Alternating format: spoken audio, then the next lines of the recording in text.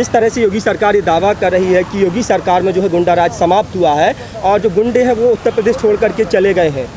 बिल्कुल भैया, कागजों पे तो कुछ भी दिखा सकते हैं ना, होर्डिंग्स में तो। अच्छा। क्योंकि मीडिया को तो इन्होंने हाईजैक कर रखा है। अच्छा।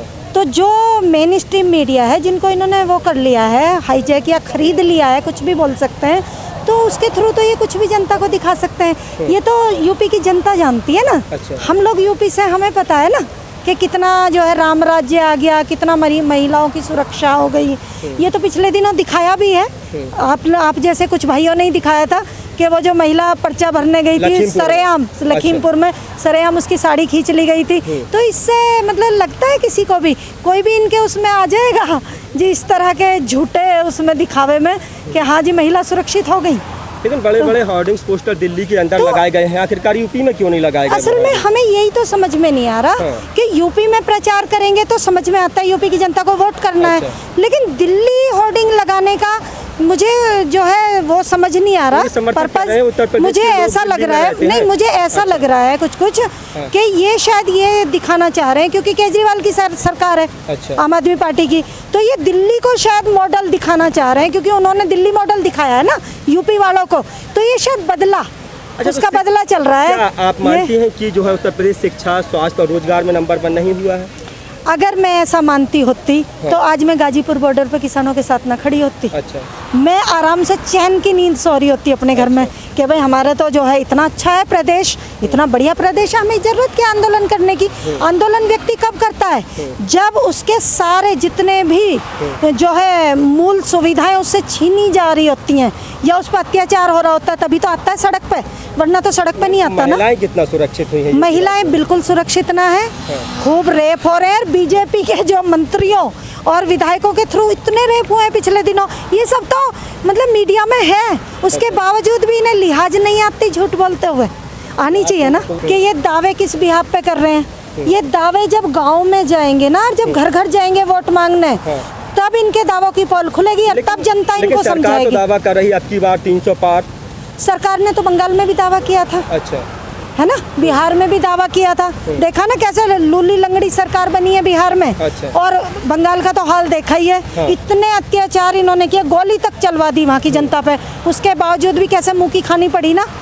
वही उससे बुरा हश्र इनका यहाँ पर होगा। तो इनको असल में इनको ना बड़बोलेपन की ना बीमारी है। 2022 में विधानसभा चुनाव होने हैं और ये किसान आंदोलन चल रहा है। 8 महीने से देश की राजधानी दिल्ली में आंदोलन चल रहा है, तो क्या लग रहा है ये आंदोलन कुछ प्रभाव डालेगा? इससे पूरा प्रभाव पड़ेगा। आप एक बात बताइए, हमारे जो है किसान 80% किसान है गाँव में, तो वोट किसने दी थी पिछली बार? जो इतना मोटे बहुमत से, इतने जो है उससे मेन बहुमत से जो ये आए थे, किसने दी थी वोट इनको? उसी किसान ने दी थी ना। चंद किसान हैं ये तो। चंद? हाँ, चंद किसान। अच्छा। हाँ। ये तो इसलिए कह पा रहे हैं ना ये, क्योंकि मीडिया को, मैंने बताया ना, मीडिया को इन्होंने हाईजैक कर रखा है। कुछ भी ये दिखा सकते हैं, है ना। जो मेन स्ट्रीम जो टीवी पे लोग बैठ के न्यूज़ देखते हैं ना, वहाँ तो झूठ ही परोसा जाता है ना रात को। मेन स्ट्रीम मीडिया पर आप लोगों का भरोसा नहीं ना है? बिल्कुल भी नहीं। अच्छा। उसमें से अगर 1-2 चैनल को छोड़ दें, NDTV को और न्यूज़ 24 को अगर छोड़ दें, जो संदीप चौधरी जी का प्रोग्राम है, वो दिखाते हैं सच्चाई, तो देखा कैसे बिलबिलाते हैं ये वहाँ बैठ के। इनकी हिम्मत नहीं होती, एक भी जवाब नहीं दे पाते ये। अच्छा। उनके चैनल पे बैठ के कैसे बिलबिलाते हैं उस तरह से, है ना भेजेंगे ही नहीं, क्योंकि इनको पता है ना उनके जो सवाल हैं उनके जवाब देने पड़ेंगे ना ईमानदारी से। अब इसमें क्या है, प्रचार में क्या लगता है, इनका पैसा ही तो खर्च हो रहा है। जनता पार्टी की महिला जो है मंत्री है, मीनाक्षी लेखी नाम है उनका, और उन्होंने किसानों को कहा है कि किसान नहीं मवाली है, हालांकि बाद में माफी भी मांग ली है। तो असल में उनकी मजबूरी है भैया। अच्छा। क्योंकि कहना किसानों का है, और हमारे मतलब राकेश टिकैत जी भी ये बात कहते हैं, किसान भी जितने भी हमारे 40 वो हैं संगठन, वो भी सारे इसी बात को कहते हैं कि ये बीजेपी की सरकार नहीं है देश में, देश में है मोदी सरकार। अच्छा, मोदी। जो कि जो है उनके उद्योगपतियों के इशारे पे काम करती है। अगर जनता की सरकार होती तो तो इस तरह से बात ना करती। ये जनता की सरकार ही नहीं है। और इनको मीनाक्षी लेखी और जो ये ऐसे मंत्री है ना, इनको अपना पद बचाना है। अगर इस तरह गालियां नहीं देंगे किसानों को और ऊट पटांग नहीं बोलेंगे तो इनके पद जो है ना, इनको लात मार के भगा दिया जाएगा पार्टी से बाहर। इसलिए इनको बोलना पड़ता है ऐसे ऊट पटांग। मैम, आपको क्या लगता है महिलाएं कितनी सुरक्षित हैं योगी राज में? बिल्कुल सुरक्षित नहीं है। वो तो आप लोगों भाइयों ने दिखाया है ना कि एक औरत की जो सुरक्षा की बात करती है, जो सरकार जो बेटी पढ़ाने की बात करती है, उसकी सरेआम साड़ी खींची जाती है। तो इससे बेशर्मी की एक देखो, एक हुआ था जब पांडवों ने, जब द्रौपदी चीरहरण हुआ था, वो कौरवों ने किया था। और अब की बार बीजेपी सरकार ने हुआ है। तो जैसे कौरवों का नाश हुआ है ना, उसी तरीके से बीजेपी सरकार का भी नाश होना निश्चित है। बीजेपी सरकार कहती है हमने रामराज्य स्थापित कर दिया है, उत्तर प्रदेश में महिलाएं सुरक्षित हैं, बेटियों को जो है बेटी बढ़ाओ बेटी बचाओ का जो है ना। आपने देखा नहीं? आपने हाँ बोलिए, हाँ या ना? हाँ, देखा तो फिर आप कैसे कह सकते हैं कि बेटी सुरक्षित है? हम कहाँ कह रहे हैं, सरकार ही दावा कर रही है। हम तो सरकार को बता रहे हैं कि सरकार दावा कर रही है कि जो है महिलाएं सुरक्षित हुई हैं, रामराज की स्थापना। सरकार की क्या है? सरकार तो वही तो होर्डिंग लगा रही है, वही तो कुछ। देखिए सरकार का क्या है, जो मर्जी बोल सकती है। अच्छा। मगर अगर जमीनी हकीकत पर जाओगे ना, हकीकत तो तब नजर आती है।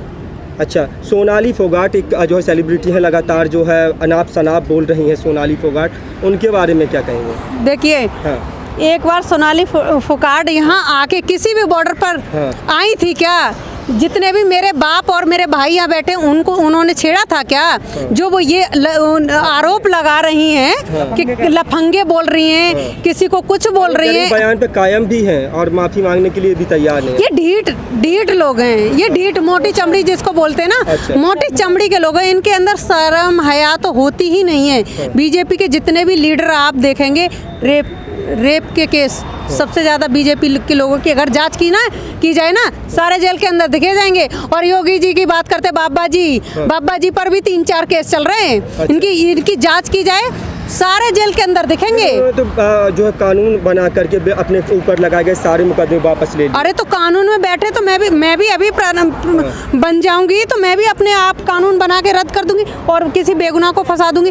कितने बीजेपी के लीडर हैं जिनको सजा मिली है, उन्होंने परिवार खत्म करा दिए, मगर एक को भी सजा नहीं हुई है। लेकिन योगी सरकार तो दावा कर रही है कि गुंडा राज समाप्त किया है, गुंडे जो है उत्तर प्रदेश छोड़ करके भाग गए। हाँ बिल्कुल सही बोल रहे हो। वो गुंडे किसके थे? वो गुंडे किसके थे? बीजेपी के गुंडे थे, ठीक है, बीजेपी के गुंडे थे। इसलिए उन्होंने दिखाने के लिए कि हमने ये पकड़ लिया वो पकड़ लिया, वो बीजेपी के ही तो गुंडे थे और अपने ही गुंडे पकड़ के और उसमें करा देती। ये झूठी सरकार है, महा झूठी।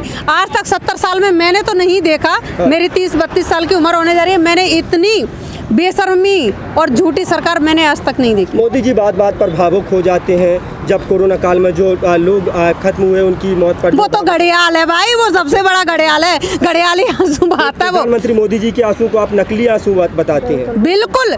कौन सी देशभक्ति के लिए आंसू गिरे हैं उनके?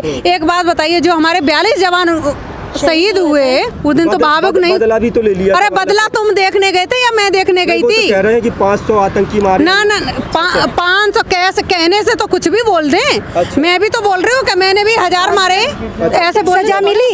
आजकल उस केस में 40 जवान हमारे इन्होंने शहीद करवा दिया। आज तक केस में, उस केस में किसी को सजा मिली? किसी को जांच हुई? अरे जब जांच तक नहीं हुई, इतना बड़ा केस हो गया, हमारे 40 घर बर्बाद हो गए, तो इन्हें मतलब जांच तक नहीं करवा पाई है सरकार। काहे की मजबूत सरकार है? आतंकी संगठन ने जिम्मेदारी कौन से ने? जैसे मोहम्मद तो इन्होंने क्यों ना सजा दी फिर उसको? आज तक क्यों ना है वो आतंकवादी? मरवा दिए गए होते या जेल में होते अब तक। हमारे यहाँ की जो मीडिया चैनल है वो कह रहे थे 500 आतंकियों को मार दिया। हाँ बहुत।